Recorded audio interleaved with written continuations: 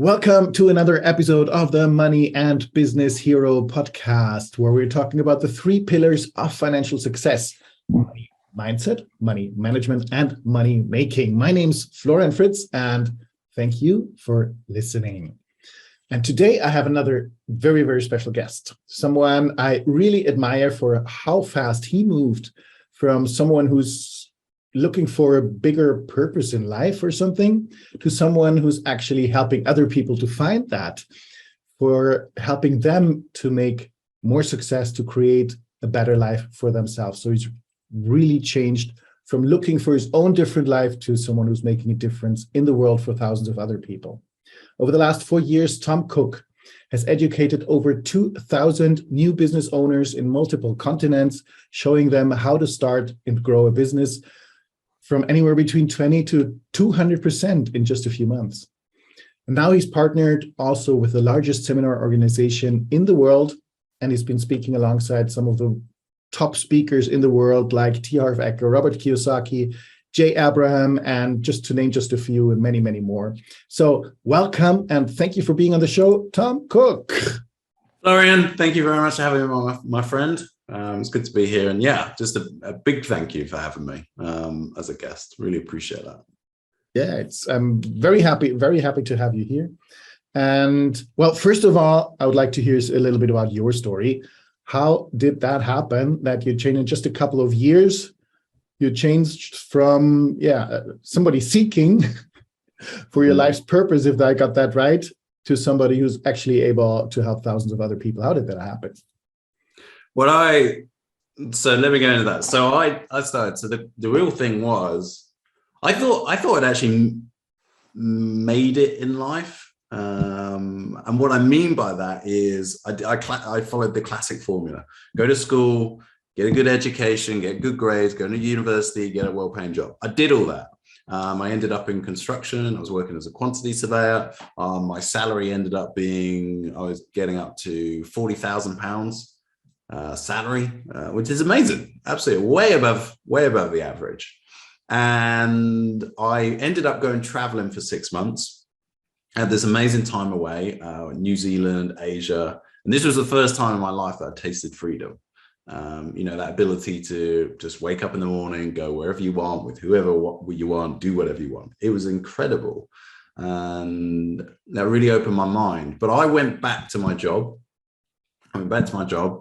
Because I wanted to keep working my way up the career ladder. I wanted to do that. And when I got back to my job, it just all dawned on me that, oh, wow, is this it? Is this what I'm going to be doing for the rest of my life now? In this office with these people doing the same methodical tasks month in, month out, working for somebody else's dream at the top of the ladder. And that didn't sit right with me at all. I didn't feel comfortable seeing my future stuck in that same place. And so I love personal development. As you know, I went, sort of the trainings that we've done, I started to invest in myself. And it was actually 4 years ago. 4 years ago, it's just gone by. I attended one training, Train the Trainer, which I know you've done as well. I think you were there crewing. I think when I did it, you were there crewing. I was there. Yeah. And so that being there, that changed me, because for the first time in my life, I realized and I actually felt like I knew what I wanted to do with my life. I knew what I was actually here to do. And I'd never had that kind of experience before. And with that certainty, I mean, I just went for it. I invested in my own education a lot more. But above all, yes, I had some fears and things, but I just really kept taking action. Just kept putting myself out there, kept giving things a go. And now, 4 years from there, I'm really blessed, grateful, humble to be where I am. It's just in such a short period of time as well. Well, I really noticed you were taking massive action. I haven't seen many people like really being dedicated as much as you and putting this stuff into practice. I think it was a case of ignorance is bliss as well. Like a lot of these things I didn't know I didn't know what could go wrong. I didn't know what some of the consequences would be. I didn't know what the energy and the sacrifice and maybe the time and financial investment at times required. And I think that ignorance actually helped me, because if I look back now and I'd known all of the things that I've gone through, I've been through some incredibly tough times over the last 4 years. I mean, it hasn't just been plain sailing. It's actually been extremely, extremely tough at times. And I wonder if, take me back 4 years and I knew what was ahead for me of those challenging times, I wonder if I'd done it. I'd wonder if I'd do it. And it's a difficult question to answer, but I think that ignorance, not knowing what was ahead for me, actually massively helped me take action. Yeah, and well, you can't really know what's ahead of you, right? So just dive into it and go and see what happens. Well, you got to ask a better question, because a lot of people are asking, oh, what if it goes wrong? What if this happens? What if I make this mistake? And well, the truth is, you're going to make a mistake. Things are going to go wrong. You're going to experience some extremely challenging times. That is a part of it. That is fact. That is going to happen. But what if it went right? What if you created incredible success out of it? What if you reached your goals? What if you reached your dreams? And so you got to ask yourself a better question. And you got to focus, instead of focusing on all the rubbish that can happen, actually focus on all the things that could go right. And now if I think about all those tough times, all the tough times that I've had, incredibly tough. But if I think about all the rewards, I mean, it's just been amazing. And that's where you got to put your focus. What can go right? What can go well? What success can you get out of it? I love that. Yeah. Ask yourself better questions. 100%. We're asking regularly, we're asking ourselves the wrong questions. And people are stuck because they're asking the wrong question, or not asking a question at all. If I think back to when I was stuck in my job, working in construction, I wasn't asking any questions, because I should have been asking, well, what's next? What else is out there for me? What else can I be doing? Where else can I advance? And I wasn't. I was just going with the flow. I was just in my box, and that was all I knew. I think that's where many people are, in their box, and not asking any questions. Could something be actually different? It's just the way it is, and we accept it, right? That's the word, acceptance. People are just like, oh, this is it for me now. Okay. And they just go with that. It doesn't have to be the case at all. And in 4 years, my life's done a 180-degree spin from where it was going. Yeah. And if you look at it like that, 4 years is a really short period of time, right? That's the biggest thing that's surprising, because when we set goals and things, we think about our life and we want to go bigger, we actually think these things are going to take a very, very long time. But you know what? If you take a lot of action and you're consistent with it, happens very, very quickly. I've got stuff happening and opportunities happening for me now, which, I mean, I thought were going to take decades. And they're on my doorstep now, and it's just that really blows my mind. You never get an idea of how quickly these things can happen. You know what, most people are actually 3 months from changing their life. 3 months from a bit of hard work, determination. I mean, if you think about 3 months focusing on your finances can make a big difference. 3 months focusing on your health can make a big difference. 3 months focusing on your relationships can make a huge difference. That's no period of time at all. Wow. Yeah, absolutely right. Now let's get to those 3 months. You're focusing on startups, right? People starting a business. Is that correct? Yes, absolutely. So the first 3 months, what's the most important things people should focus on to make that change?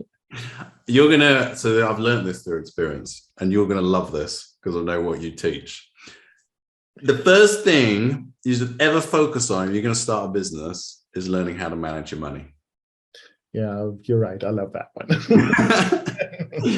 that is, and the reason I say that through personal experience, because over the last 4 years, I've made a lot of money, but I've also learned how to spend a lot of money as well. To the point where I've been like nearly out of business. That's how bad it's got.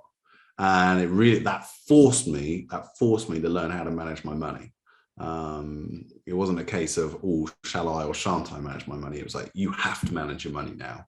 And I hear a lot of sad stories about people making a lot of money and then losing it all, or going out of business. And it's sad because they were doing so well, they were committed, they were hardworking, they were making lots of money, but purely because they simply didn't manage their money, they went out of business. So you have to, that's the first thing. If you're thinking about starting a business, spend the time getting your money management and habits in place. That's the first thing I'd focus on. But then you've got to think, right, in terms of business terms, think two things. What problem are you solving? The only reason anyone is going to hand any money over to you is if you solve a problem for them. If you think about the last 10 items or products or services that you bought, the reason you purchased those items is to avoid a harmful or unwelcome situation. So I think, if I think my grocery shopping, which I did, the reason I did that because I didn't want to go hungry.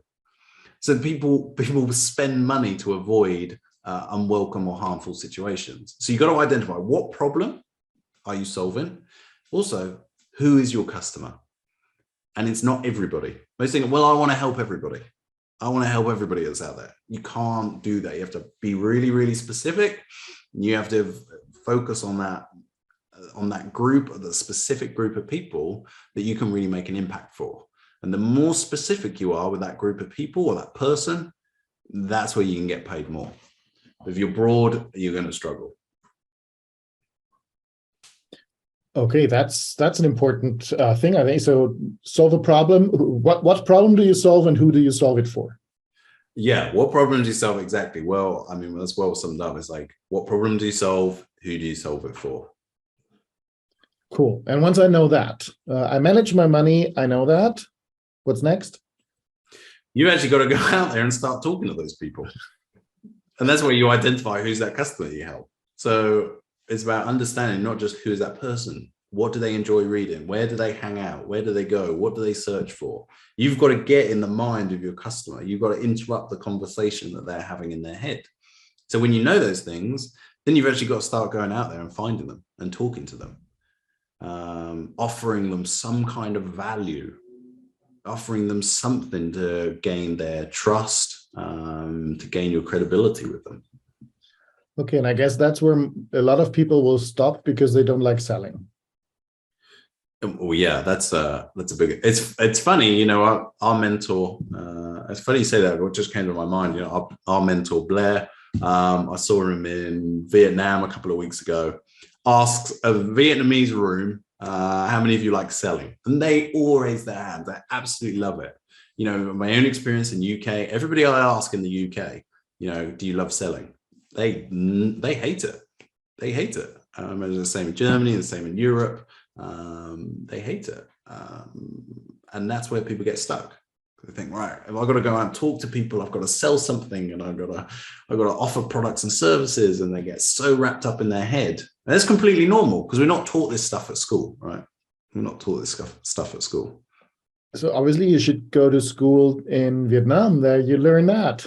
There's something, for some reason out there, they are doing something and they love to sell. They love it.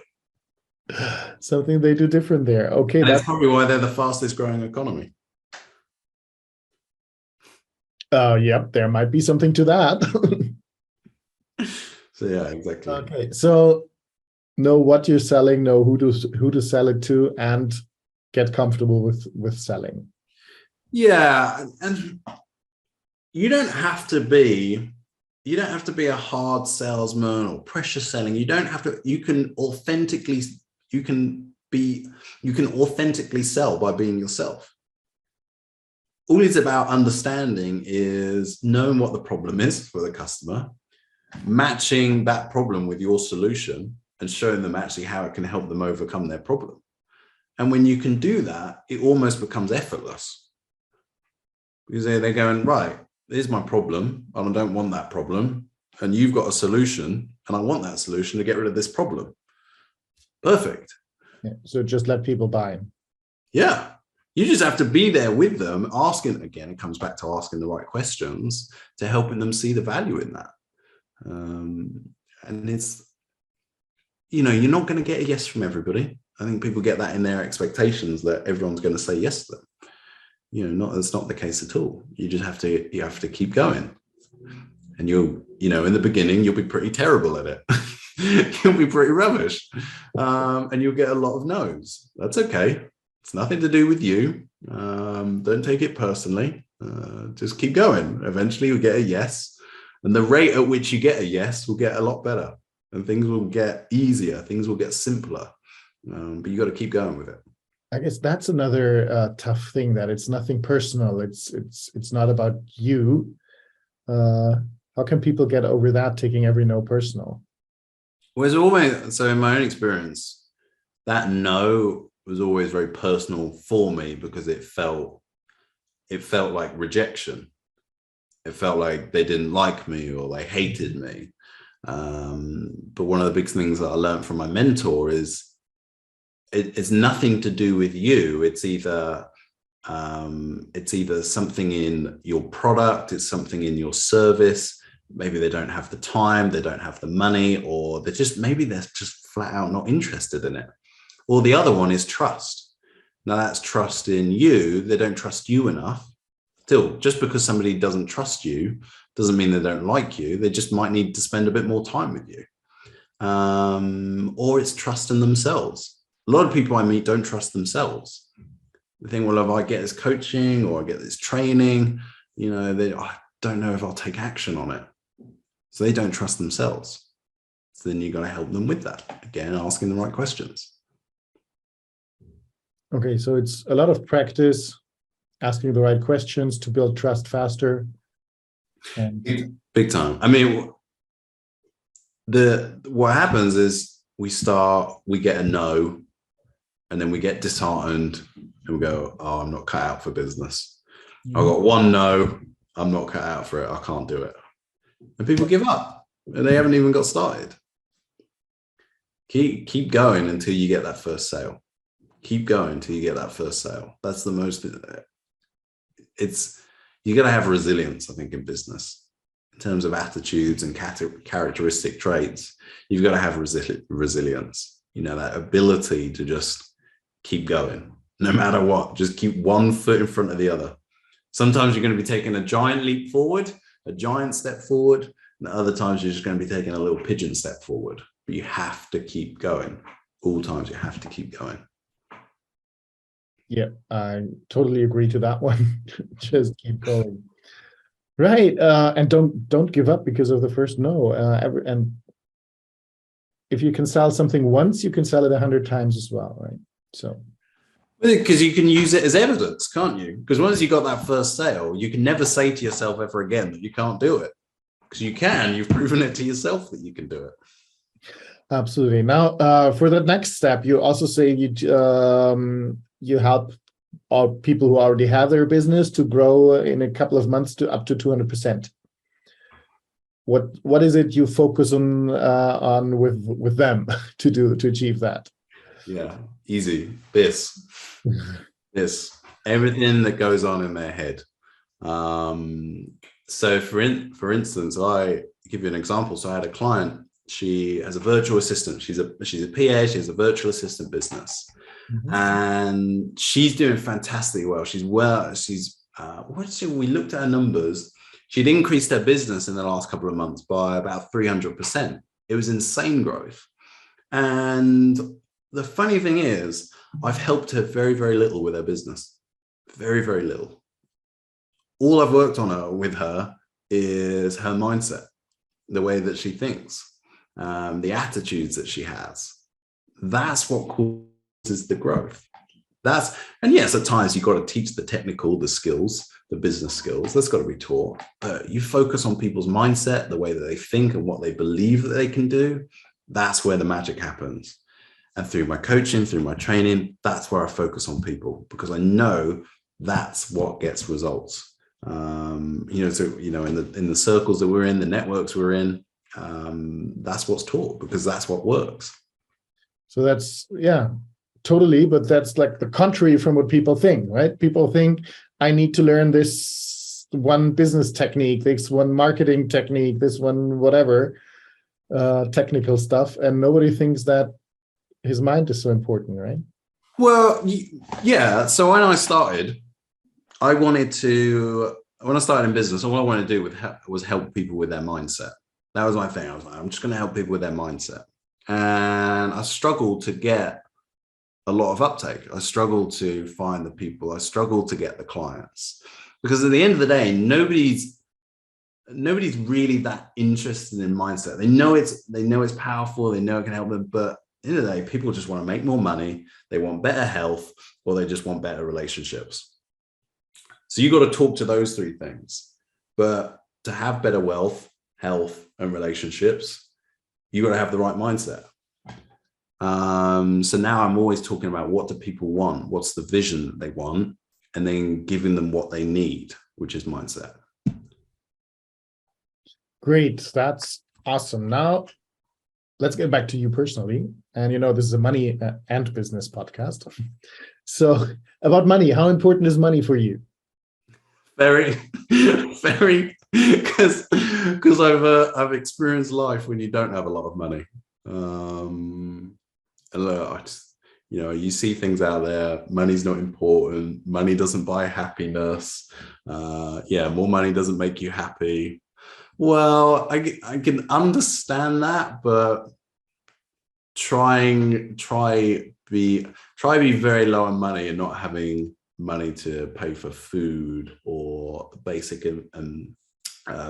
bills, things like that. It's difficult to stay happy at that point. And we need money in every asset of our life, in every area of our life. We need it. And if you're somebody, maybe you're watching this podcast, listening, you're somebody that wants to impact and help more people in the world, you're going to need money for that. To expand, to grow. If you're building a business, you're going to need money to keep that business going. Mm-hmm. The more money you get, the more you can help people with.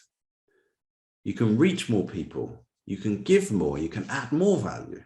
So money is very, very important. And without it, things become tough. Unless you want to, I know there are people who just want to live in a field and live in the woods. But that's a very simple life. But that's not a life that I want to live. Yeah, I think most other people don't either. There are a few, but most. Look, yeah, I totally get you. When you have 100 million, another million won't make you much happier. But if you don't have any money, or you have very, very little, then but no money does make you unhappy. Yeah, I mean, you try. It's difficult trying to be thankful, grateful, and happy when you're struggling to put food on the table. It's tough. It can be done. I'm not saying it can't be done, but it's tough. It's tough.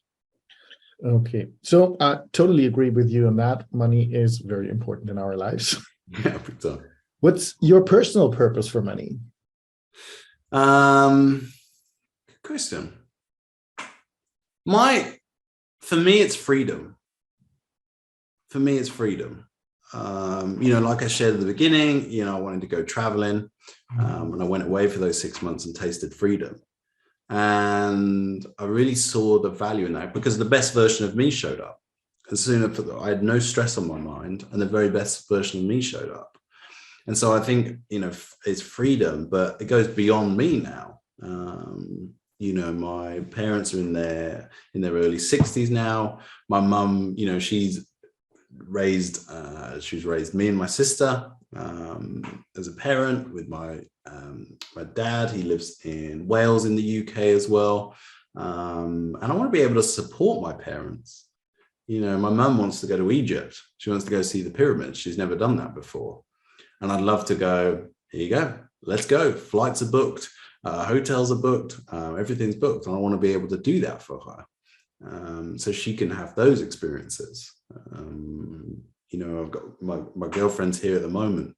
We want to spend our lives together, and we want to have a happy relationship. We want a family. We want to grow all that, buy a house, do all these things.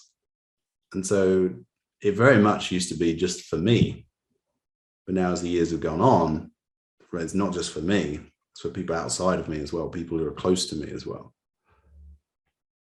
Beautiful. Yeah, I totally agree to the freedom part. I did similar thing. I did a 6-month round the world trip as well. One of the best things you can do, I think. It is the best education you can have. Yeah. But I also agree that it's good to not only do it for yourself, but for others as well, support other people. It gives a good feeling as well. Well, I think we all start with doing it for ourselves, and that's okay, because maybe you're listening, you're in a bit of a crappy situation right now and you want to get out of that. That's fine. It's absolutely okay to have that as your purpose. But then you're going to come to a point where you get out of that situation and you're going to be going, okay, what next?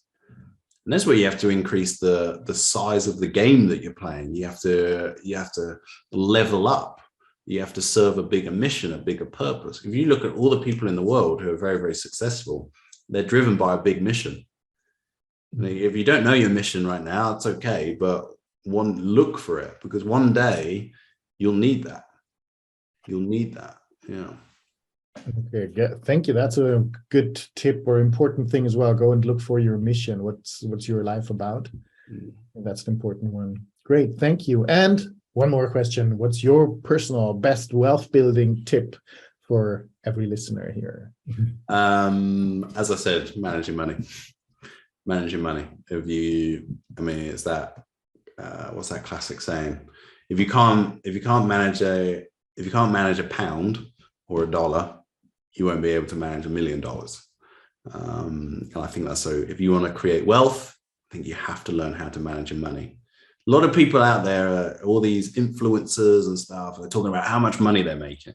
Brilliant. I'm now asking the question, well, how much money did you keep?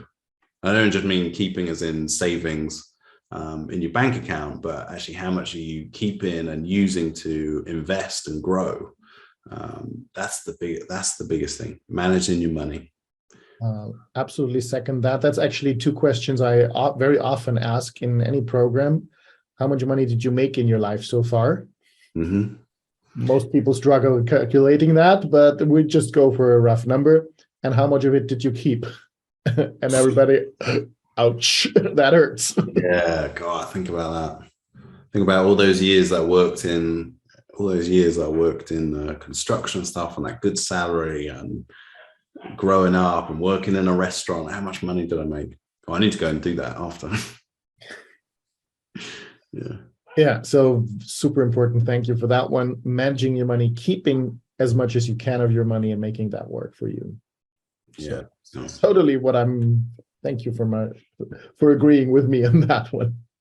No, I fully agree with it. What is it? There's like a fact, isn't there? It's like some crazy amount of people couldn't, even if they had a $400 or £400 emergency, couldn't pay for it, couldn't deal with it. And the percentages, I can't remember, I don't want to give a wrong figure, but I just remember that percentage being huge. Absolutely, yes. Most people are just 1 or 2 months away by losing their job. They're bankrupt 2 months later or something. Yeah. And that's huge percentages. I don't have them either in my head, but yeah, absolutely. Lots of people. No safety fund. Okay, great. Thank you so much for coming, Tom. I think we've covered quite a lot of valuable stuff. Is there anything else you would like to add? This has been like, I love these short, concise, to the point conversations. And it's I think for anybody, if you listen to this and you do just go and focus on the things, and particularly with like money management, it make a huge difference in your life. And as we said earlier in the interview, it's like 3 months you could turn things around. 3 months is no time at all. So yeah, that's what I want to share. Great, thank you. And if people would like to reach out to you to maybe get some help on their business mindset or whatever it is, or just ask a couple more detailed questions, where could they reach you? Yeah, so I'm most active on Instagram and Facebook. So my Instagram is Tom WJ Cooke, Cooke. So people can find me on there. I'm also on Facebook. This is Tom Cooke.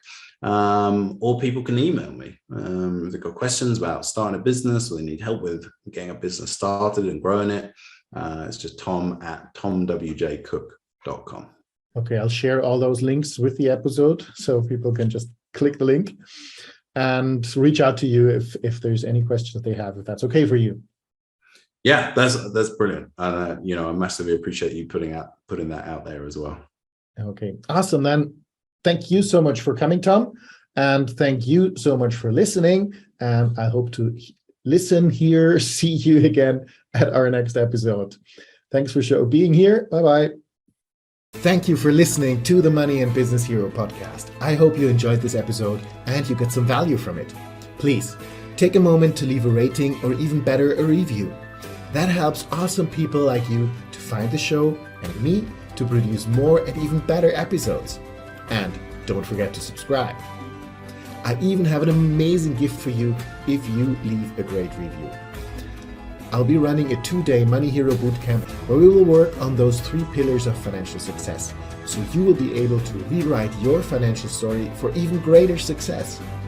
The price for those 2 days is $197, and I will invite you as my guest. You can join the program for free if you leave a good review for this awesome new podcast. Thank you, and I hope to see you on that Money Hero Bootcamp. See or hear you soon. Have an amazing day.